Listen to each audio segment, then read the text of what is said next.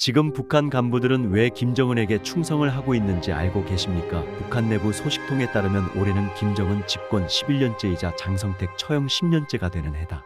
김정은의 정권 출범의 1등 공신이었던 장성택은 김정일 와병 이후 후계 구축 과정에서 북한을 실질적으로 통치하는 1인자나 다름없이 권력을 행사했다. 그러다 2013년 12월 12일 돌연 특별 군사재판에서 정변을 꾀한 역적으로 취급돼 즉각 처형됐다. 북한 최고 지도자의 고모부로 막강한 권력을 쥐고 있던 장성택의 처형 사건은 전 세계적으로 대서특필되며 큰 이목을 끌었지만 이 과정에 소리소문 없이 행방불명된 여성들의 사건은 아직도 베일에 쌓여있다. 2013년 9월부터 12월까지 3개월은 장성택 일가와 주변 인물들을 집단으로 끌어가 학살한 1차 처형 집행 기간이었다.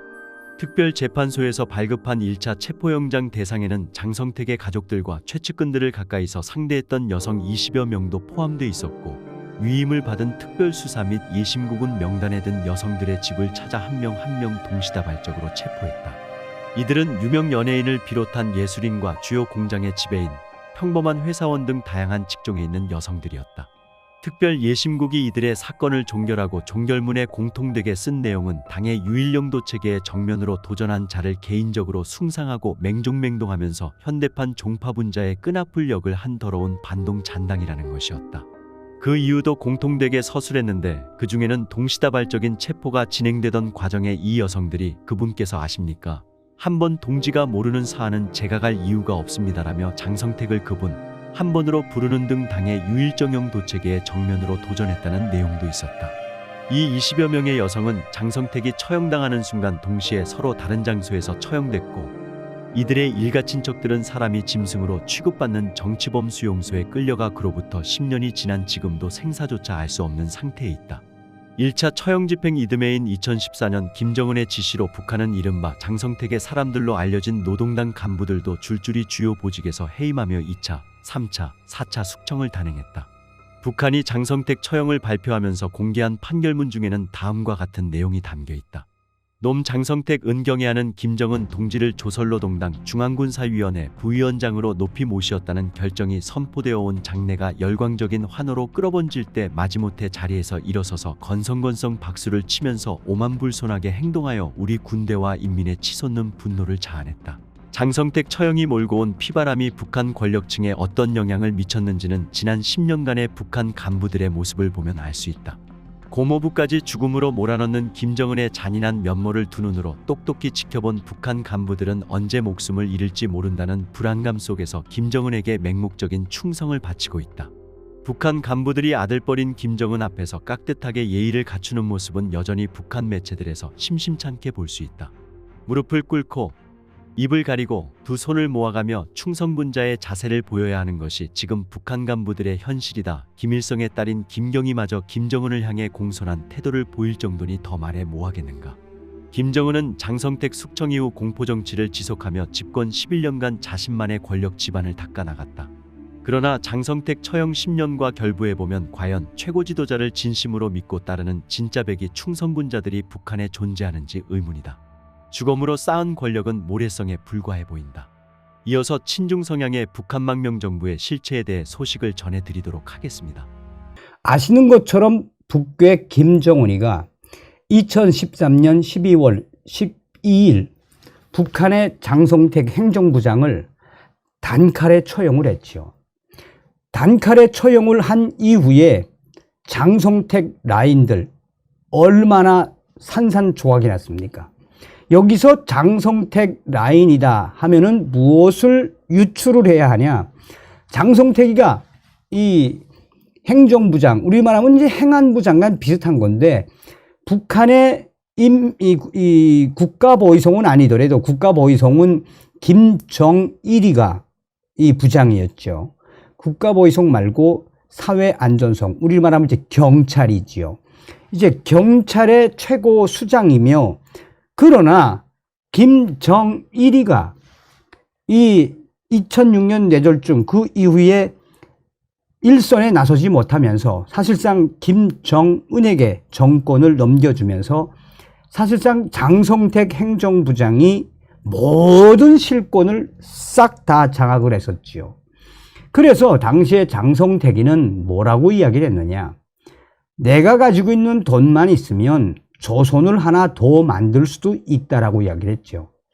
장성택이가 이 김정일의 통치 자금을 관리했다라고 하는 건 북한에서 온 어느 정도의 탈북민이다라면 다 아는 사실입니다.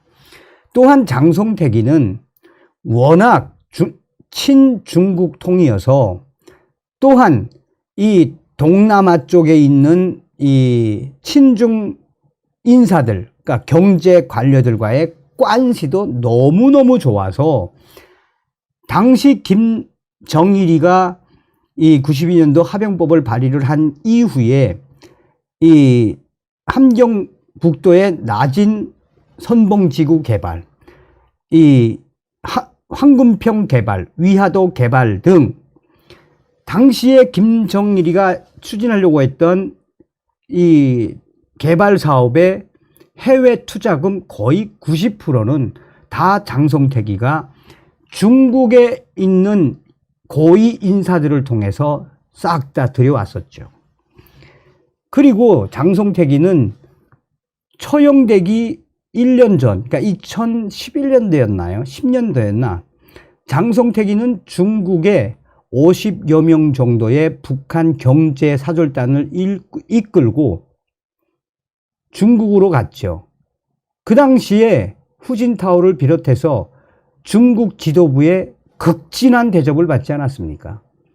거의 당시 장성택을 중국 공산당은 거의 북한의 1인자 대우를 했었습니다. 2011년도인가 그럴 거예요, 아마.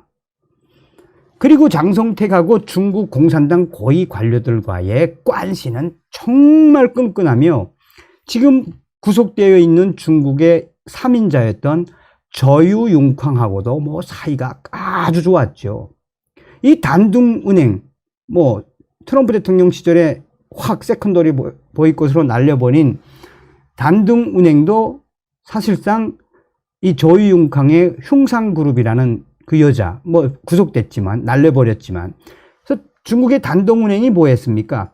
북한의 남포항에서 이 단둥으로 실어 나르는 석탄, 광물, 그 대금을 다 여기서 했거든. 그걸 장성택이가 다 한 겁니다. 자, 그러면 제가 왜 장성택 커넥션에 대한 이야기를 이렇게 많이 하느냐. 2013년 12월 12일 장성택이를 김정은이가 처형을 한 이후, 물론 그 전에 장성택의 최측근이라고 할 수 있는, 원래 최룡에도 완전히 장성택이가 키워준 거나 다름이 없죠. 박봉주도 마찬가지고. 그 전에 장성택의 최측근들을 미리 처형을 하고 장성택이를 처형을 했죠. 그리고 중국과 마카오, 홍콩, 싱가포르, 말레이시아, 태국 이런 동남아 이 지역에 있는 장성택의 커넥션이 있습니다. 그 델타 방콕은행의 자금도 사실은 장성택이가 관리를 했거든. 장성택이는 이 통치 자금도 관리를 했지만 당시에 김정은이가 가장 열받은 거는 김정일이가 사망을 한 이후에 중국과 동남아 해외에 김정일이의 통치자금 넘겨줘야 되는데 안 넘겨주고 비밀번호를 싹 다 바꿔놨거든. 왜? 섭정왕. 중국에서도 섭정왕이라고 표현을 했으니까 장성택이를. 장성택이는 섭정왕이며 또 장성택이는 김정은이 저 오래 못 갈 줄 알았거든. 응? 바지사장으로 내세우고 자기가 다 하려고 그랬거든. 왜?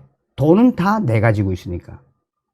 그랬는데 장성택이를 제거를 한 이후에 해외에서 장성택의 당 자금과 통치 자금, 또한 해외에서 외화벌이를 하거나 또 불법 마약, 또 당시에는 위조 달러도 있었습니다.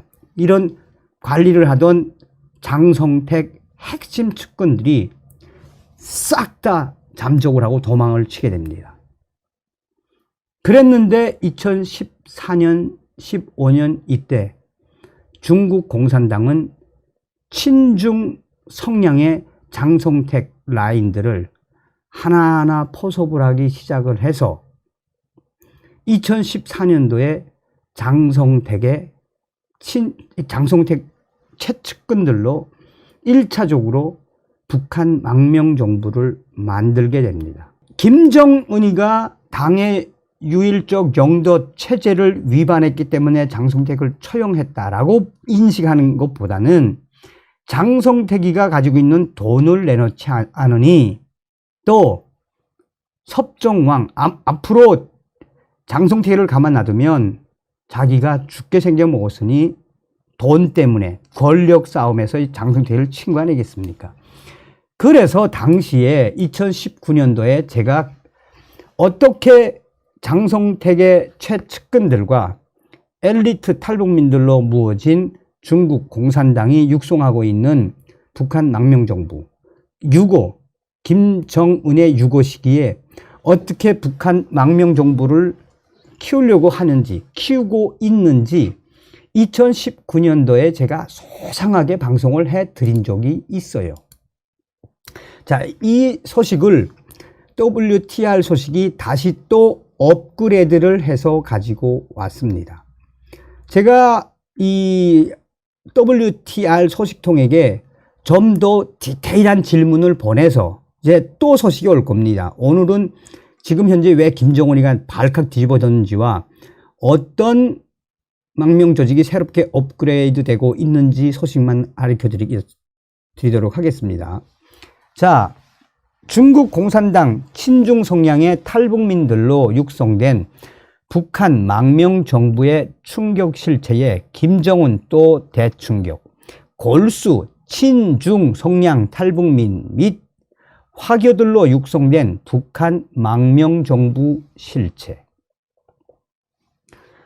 북한 내부 WTR 소식통은 2013년 12월 북한 김정은이 장성택을 처형 후 이어 2014년부터 중국과 마카오, 말레이시아 등 도주, 운신에 있다가 2015년경부터 중국 정부의 전폭적인 지원을 받으며 육성되기 시작한 골수 친중 성향 탈북민 및 화교 출신, 이 화교가 굉장히 중요합니다. 화교 출신들이.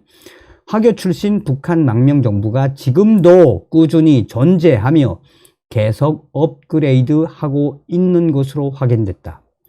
중국 정부 육성 북한 망명 정부는 친중파 장성택 라인으로 처음에는 세팅되었다가 후에 해체를 하고 근 10여 년간 중국의 해외 공작팀에 의해 새롭게 육성되고 있다라는 전언이다.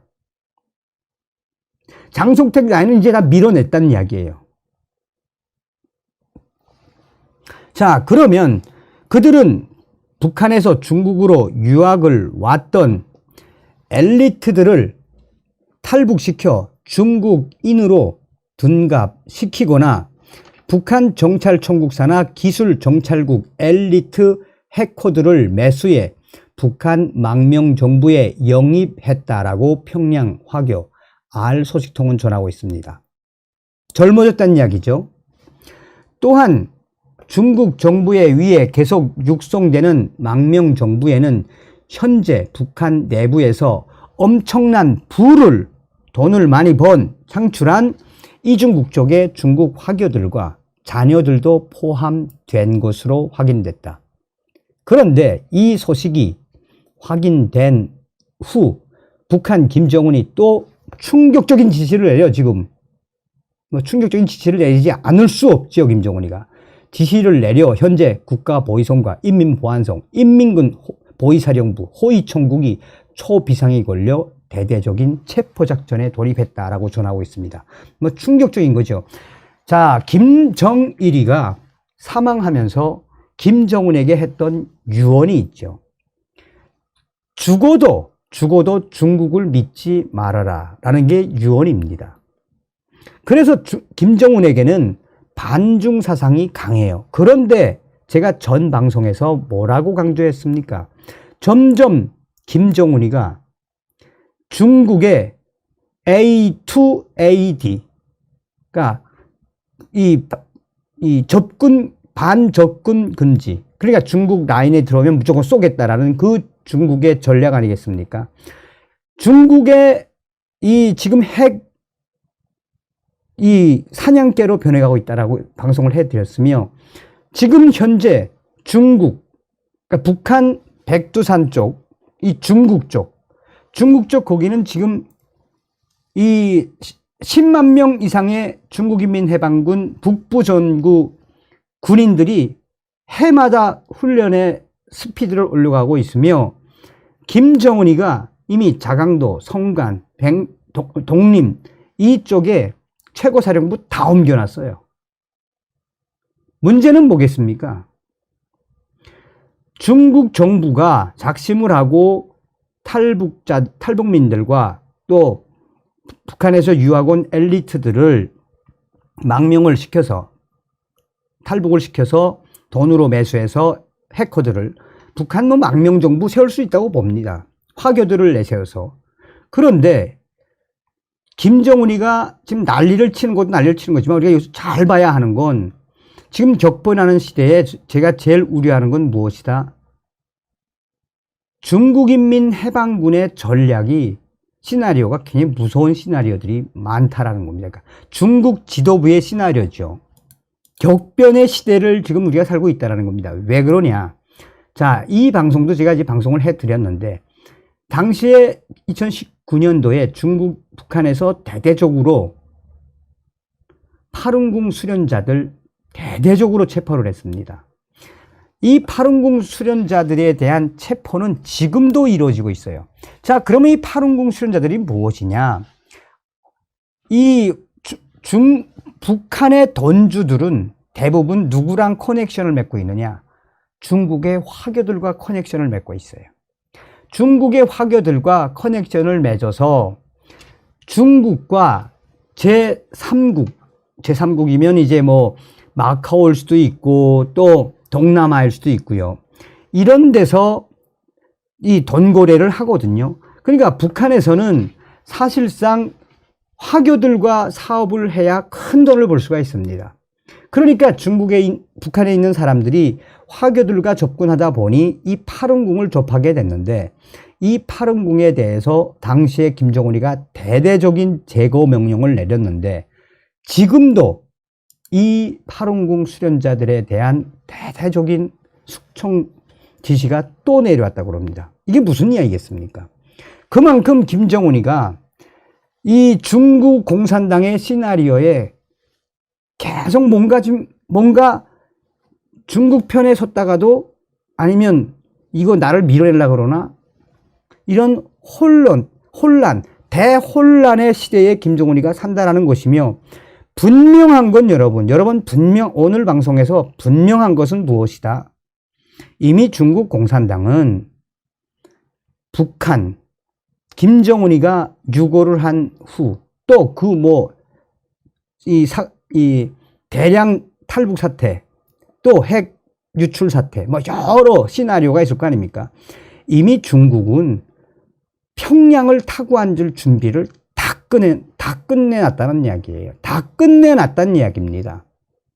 그래서 이번에 김정은이가 이 화산 31이라는 전술 핵을 왜 꺼내 들었겠습니까? 그래서 이미 신냉전 체제, 북한과 중국, 러시아는 이제는 한편이니까 윤석열 대통령이 핵무장밖에 답이 없다라고 강조한 겁니다. 우리 한국 정부도 이제는 서서히, 그래서 정동산 TV가 강조하는 캠페인이 뭡니까? 윤석열 시대에 반드시 통일의 기틀을 만들어야 한다라고 강조하지 않습니까? 중국으로 도피했던 김정은이가 이제 북한에 폭격을 하거나 하면, 김정은이가 중국인민해방군하고 같이 평양에 입성을 하면 어떻게 못합니다. 그래서 김정은과 중국인민해방군과 관련된 소식은 제가 계속해서 전달해 드리도록 하겠습니다. 자, 이번 시간에는 지금 현재 김정은이가 발칵 뒤집어졌으며 중국 공산당이 집중적으로 육성하고 있는 북한 망명 정부의 그 실체, 굉장히 젊어졌어요. 굉장히 젊어졌어요. 그 실체에 대한 소식을 전달해 드렸습니다.